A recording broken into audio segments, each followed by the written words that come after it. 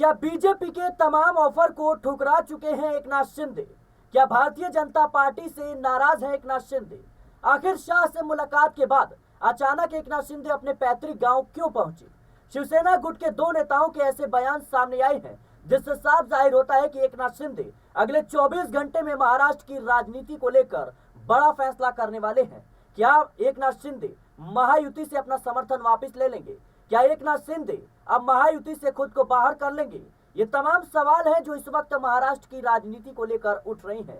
दरअसल शिवसेना गुट के दो नेताओं ने ऐसा बयान दिया। एक नेता है संजय सिरसाट। उन्होंने कहा कि जब भी एकनाथ शिंदे अपने पैतृक गांव सतारा जाते हैं तो कोई बड़ा फैसला लेते हैं और अगले 24 घंटे में एकनाथ शिंदे बड़ा फैसला लेने वाले हैं। इसके साथ ही उन्होंने कहा कि एकनाथ शिंदे को केंद्रीय जो राजनीति है उसमें कोई भी रुचि नहीं है, उन्हें महाराष्ट्र में ही रहना है। और दूसरी तरफ देखा जाए तो एकनाथ शिंदे गृह विभाग को लेकर अड़े हुए हैं। गृह विभाग को लेकर किसी भी कीमत पर वो बीजेपी से समझौता नहीं करना चाहती। वहीं देखा जाए तो वो महायुति के संयोजक भी बनना चाहते हैं और भारतीय जनता पार्टी किसी भी कीमत पर न ही उन्हें महायुति का संयोजक बनाना चाहती है और न ही गृह विभाग उन्हें सौंपना चाहती है। और देवेंद्र फडणवीस के नाम पर बीजेपी तो मोहर लगा ही चुकी है। और कहीं न कहीं अब यहीं से कई सवाल खड़े हो रहे हैं कि आखिर एकनाथ शिंदे के मन में चल क्या रहा है। क्या एकनाथ शिंदे अब वाकई में बीजेपी का खेल बिगाड़ने की तैयारी कर रही है? ये तमाम सवाल है। हमारे साथ हमारी सहयोगी नाजमिन मौजूद है। नाजमिन, जिस तरीके से आपने महाराष्ट्र की राजनीति को अभी तक देखा, परखा, समझा, क्या लगता है आपको आखिर अचानक से गृह मंत्री अमित शाह से मुलाकात के बाद एकनाथ शिंदे का यूं अपने पैतृक गांव जाना, क्या ये दर्शाता है कि कहीं ना कहीं अगले 24 घंटे में महायुति में बड़ा खेल होने जा रहा है? देखिए, बिल्कुल अगर हम बात करें 29 नवंबर की, तो 29 नवंबर को देखा जाए तो महायुति गठबंधन की एक बड़ी बैठक मुंबई में बुलाई जानी थी।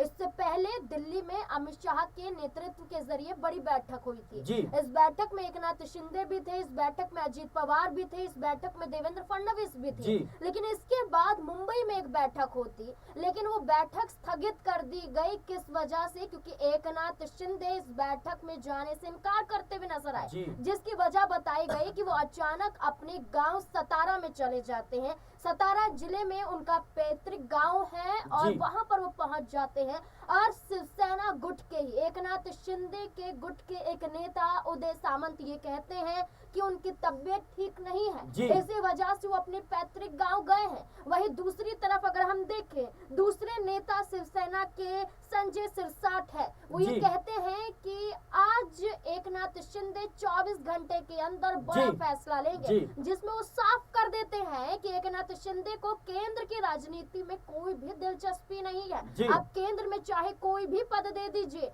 केंद्रीय मंत्री बना दीजिए, लेकिन एकनाथ शिंदे को महाराष्ट्र से बाहर जाना ही नहीं है। महाराष्ट्र से बाहर जाने का सीधा अर्थ यह है कि एकनाथ शिंदे की राजनीति महाराष्ट्र से खत्म हो जाएगी। एकनाथ शिंदे जो अभी बीजेपी पर भारी पड़ रहे हैं, एकनाथ शिंदे पर बीजेपी भारी पड़ती हुई नजर आएगी। एक बड़ी बात नाज़मीन, मैं आपको रोकना चाहूंगा। जिस तरीके से आपने कहा कि भारतीय जनता पार्टी की यह नीति है कि एकनाथ शिंदे को केंद्रीय मंत्री बनाया जाए और उनको महाराष्ट्र की राजनीति से कहीं ना कहीं बाहर किया जाए, तो क्या एकनाथ शिंदे इस बात को बखूबी समझ चुके हैं कि जो भारतीय जनता पार्टी उद्धव ठाकरे के साथ कहीं ना कहीं बड़ा खेल कर सकती है, जो भारतीय जनता पार्टी शरद पवार के साथ बड़ा खेल कर सकती है, क्या एकनाथ शिंदे इस बात को समझ गए हैं कि कहीं ना कहीं वो उस खेल की शुरुआत अब एकनाथ शिंदे के साथ हो रही है? इसी वजह से वो ना ही गृह विभाग को लेकर समझौता करने वाले हैं, ना ही संयोजक पद को लेकर समझौता करने वाले हैं, और डिप्टी सीएम और केंद्रीय जो मंत्री पद है, इन दोनों शर्तों को वो कहीं ना कहीं दोनों ऑफर को ठुकरा चुके हैं। तो ये दो बड़ी चीजें, एक कि गृह विभाग चाहिए, दूसरा कि वो महायुति के संयोजक बनना चाहते हैं, यानी महाराष्ट्र की राजनीति को अपने इर्द गिर्द घुमाना चाहते हैं। और भारतीय जनता पार्टी कभी भी किसी भी कीमत पर ये दोनों ही पद उन्हें नहीं सौंपने वाली। कैसे देख रहे हैं? देखिए, पावर पॉलिटिक्स के बारे में आपने सुना ही होगा, जहां पावर है वही कहीं ना कहीं साबित हो जाता है कि वो राज्य आपके पास रहेगा या नहीं। तो वही पावर पॉलिटिक्स अब एकनाथ शिंदे खेल रहे हैं बीजेपी के जरिए। बीजेपी पर दबाव बना रहे हैं कि चलिए आप हमें सीएम नहीं बनाते हैं, हमें महायुति गठबंधन का संयोजक बना दीजिए, यानी कि चाबी दे दीजिए, जिसका हक हमारे पास होगा होगा कि हम कैसे चलाएंगे। गठबंधन की मजबूती मिलेगी तो गठबंधन का जो इशारा है वो एकनाथ शिंदे के जरिए दिया जा सकता है, यानी कि एकनाथ शिंदे जो चाहेंगे वो बीजेपी को मानना पड़ेगा, एकनाथ शिंदे जो चाहेंगे वो अजीत पवार को मानना पड़ेगा। और ये साफ तौर पर नजर आता है कि एकनाथ शिंदे ने साफ कर दिया है कि महाराष्ट्र में रहना है। महाराष्ट्र में सीएम पद को लेकर पहले दबाव बनाते हुए नजर आए। उन्होंने सीधे तौर पर ये कह दिया था कि हम उप मुख्यमंत्री पद नहीं चाहते हैं, हम केंद्र में कोई मंत्री पद नहीं चाहते हैं, हम तो सीएम पद चाहते हैं। सीएम पद को लेकर भी चर्चाएं तेज हो गई थी कि देवेंद्र फडणवीस के नाम पर मोहर लगाने के लिए सहमति एकनाथ शिंदे के जरिए खुद नहीं मिल रही है। लेकिन अचानक प्रेस कॉन्फ्रेंस करते हैं एकनाथ शिंदे और कहते हैं कि हम तैयार हैं, बीजेपी के जरिए जो भी सीएम चेहरा उतारा जाएगा उसको हम खुद समर्थन देंगे। जब एकनाथ शिंदे जब खुद समर्थन करने के लिए आगे आ गए थे तो अब अचानक से क्यों फैसला नहीं हो पा रहा है देवेंद्र फडणवीस के नाम पर? देखिए नाज़मीन, जो खबर निकलकर सामने आ रही है उसके मुताबिक एकनाथ शिंदे को गृह विभाग भारतीय जनता पार्टी किसी भी कीमत पर नहीं देना चाहती। बीजेपी चाहती है कि कहीं ना कहीं एकनाथ शिंदे को महाराष्ट्र से बाहर किया जाए, लेकिन वहीं दूसरी तरफ एकनाथ शिंदे इन तमाम चालबाजियों को समझ गए हैं। एकनाथ शिंदे को कहीं ना कहीं विश्वास नहीं है कि भारतीय जनता पार्टी उनके साथ को वही खेल ना कर दे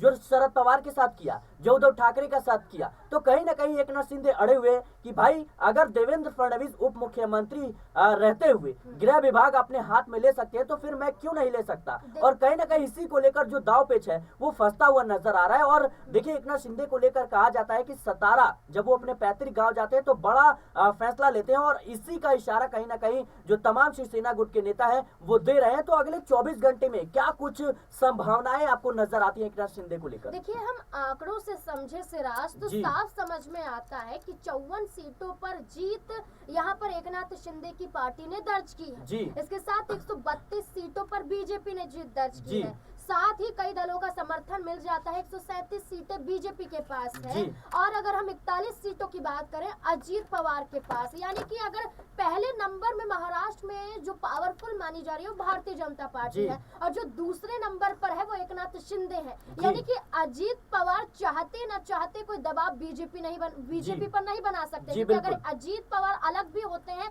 तो भी वो बीजेपी का खेल नहीं बिगाड़ सकते हैं। लेकिन एकनाथ शिंदे की बात करें तो एकनाथ शिंदे बीजेपी पर बड़ा दबाव डाल रहे हैं, क्योंकि उन्हें खुद मालूम है कि बीजेपी जो ऑफर उन्हें कर रही है वो सिर्फ महाराष्ट्र से बाहर करने के लिए कर रही है। लेकिन एकनाथ शिंदे चाहते हैं कि मुझे महाराष्ट्र में ही रहना है। अब सीएम पद को लेकर फैसला ना होना, चुनाव नतीजों के बाद लगभग कई दिन बीत जाते हैं, अभी तक फैसला नहीं हो पाता है। तो साफ तौर पर जाहिर है एकनाथ शिंदे ने पहले उद्धव ठाकरे का खेल बिगाड़ा था, उनके ही विधायकों को ले जाकर भारतीय जनता पार्टी के साथ हाथ मिला लिया था।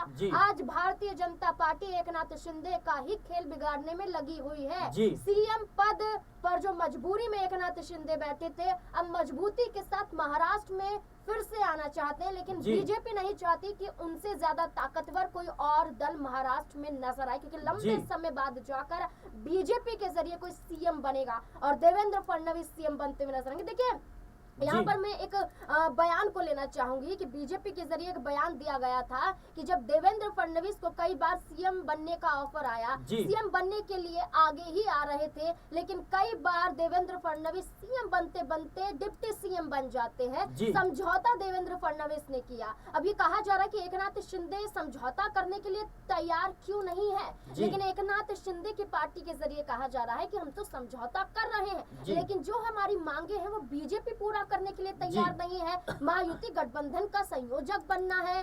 गृह मंत्रालय की बात करें, राज्य गृह मंत्रालय की बात करें, वो अपने अंडर लेना चाहते, यानी कि पावरफुल मंत्रालय उनके पास होना चाहिए। महायुति गठबंधन की जो दावेदारी है, जो मजबूती है, वो एकनाथ शिंदे के पास होनी चाहिए। वो चाहते हैं कि महाराष्ट्र पर एकनाथ शिंदे की पार्टी का भी दबदबा रहे, लेकिन बीजेपी ऐसा नहीं चाहती है। अब इस 24 घंटे में या तो महायुति गठबंधन छोड़ देंगे एकनाथ शिंदे, या बीजेपी एकनाथ शिंदे को निकालने के लिए कोई फैसला ले लेगी, या फिर एकनाथ शिंदे बीजेपी की दी गई इन मांगों को लेकर स्वीकार करते हुए नजर आ सकते हैं और कहीं ना कहीं अपने पैर भी पीछे खींच सकते हैं। कुछ भी हो सकता है सिराज, यहाँ पर हम कई मायने यहाँ पर निकाल सकते हैं और इन मायनों में अगर रात होते होते एकनाथ शिंदे ने फैसला ले लिया तो आप समझ सकते हैं एकनाथ शिंदे पावरफुल भी हो सकते हैं महाराष्ट्र में और कहीं ना कहीं बीजेपी हावी भी हो सकती है। जी बिल्कुल दर्शकों, इस वक्त महाराष्ट्र में भारतीय जनता पार्टी का पेज जो है बुरी तरीके से फंसा हुआ है। जाहिर सी बात है कि